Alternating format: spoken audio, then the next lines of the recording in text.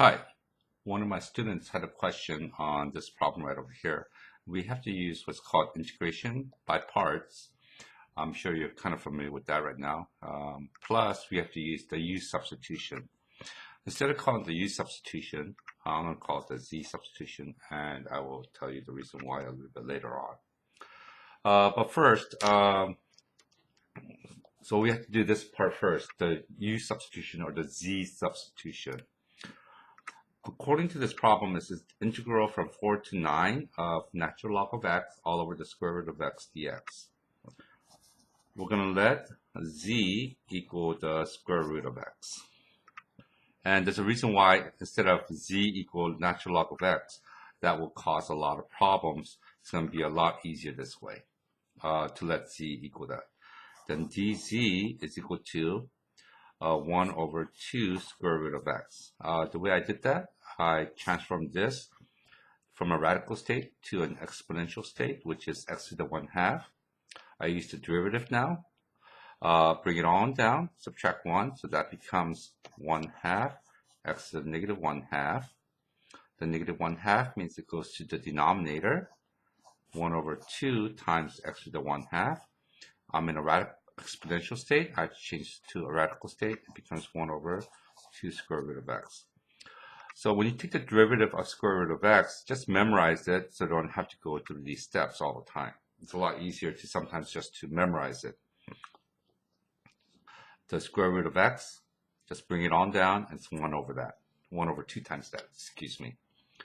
So let's finish this problem up. We're going to also change the limits of integration on this. And the way we do that, we plug in 4 in here. And what we end up with, what's the square root of 4? Which is 2. I'm going to use turquoise right over there. And then I'm going to use, let's say, purple. I'm going to put in 9. The upper limit of integration is 9. The square root of 9 is 3. So we don't have to do back substitute. Remember, this is a definite integral, so it shouldn't be too difficult. You just have to put in 9 and 4. So what do we have so far? Excuse me. On this part right here, it's 1 over 2 root x dx. That 1/2 is killing me. I have a 1 over root x dx. It's like 1 over root x dx. That 2, to get rid of that 2, I just put it to the left side of the equation. So 1 over x dx, 1 over x dx is 2 dz.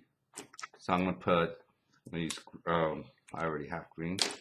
So I'm going to put 2 on the outside because of that 2. And then that becomes dz. That takes care of these two. Natural log of x.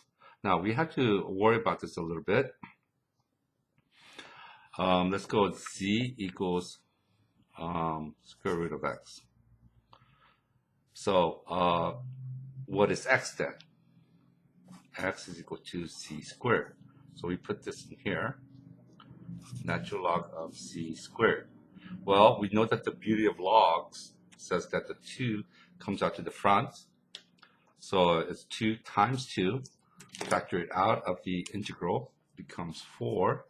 Integral from 2 to 4 of natural log of z dz.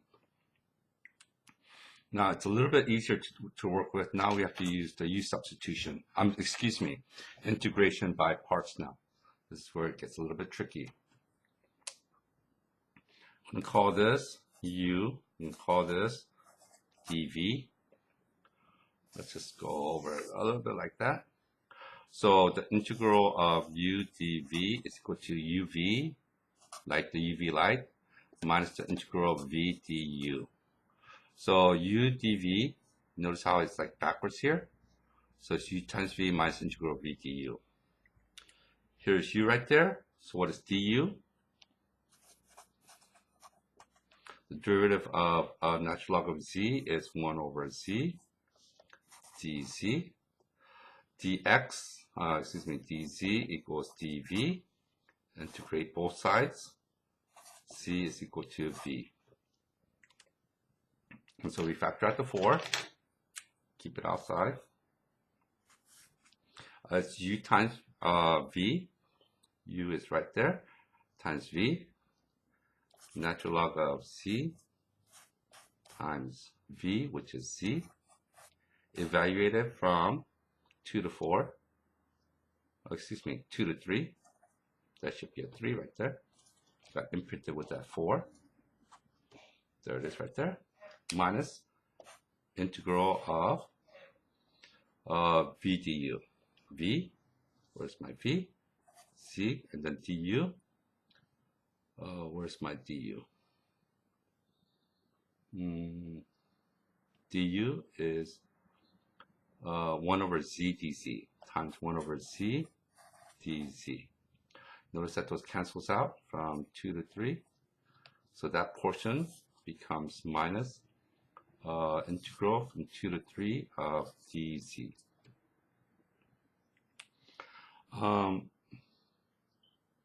And if you can evaluate this portion right there, that becomes minus z evaluated from 2 to 3. Okay, so that becomes, I'm going to put this on the next page. It's getting a little bit tricky. So let's go to the next page here. 4 times quantity of natural log of z times z evaluated from 2 to 3 minus z evaluated from 2 to 3. Okay, and let's try that. And we plug in here for 3 and then minus 2 when we plug it in. So it's going to be 4 times, I'm going to put the 3 on the front. 3 times natural log of 3 minus, plug in 2. 2 times natural log of 2, excuse me, minus 3 minus 2. Okay, and that should be it. So if you do that, it'd be 3. The beauty of logs is it comes to the exponent, right? So it's going to be 4 times natural log of 3 cubed minus natural log of 2 squared. Beauty of log, that's so you can bring it up. Minus 3 minus 2 is 1. And so you end up with, when you do this into a single log, it becomes 4 times natural log of 27 over 4 minus 1. That should be your CRF, calculator ready form. Let's see if that works or not. So what I'm going to do is I'm going to try to evaluate this. On your calculator, TI-8384 plus calculator, it doesn't have the programs on the TI-83, so you have to use the TI-84. Just go to math, press number 9. It gives you the integrals right over there. We're going to evaluate it from the original problem, which is located right over there. It'll be from 4, use the up arrow key to get to 9, use the right arrow key to get in to natural log of x, and parentheses, divided by the square root. Here's the square root of x. Get out, and then the dx. And that should be approximately 3.63. Let's see if this is right. If I go 4 times quantity of natural log of 27 divided by 4, excuse me, user input error, 27 divided by 4, and then minus 1, 3.63, it's exactly the same number, so we probably did it right. Hopefully it helps. Good luck on your homework. It's one of the more difficult parts of U-substitution added to integration by parts. You notice instead of calling it the U-substitution, I call it the Z-substitution because you're going to be starting using letters U right here. So that kind of gives you a easy way to, instead of going U and then U again, which is going to be really kind of crazy to try to figure out which U is U.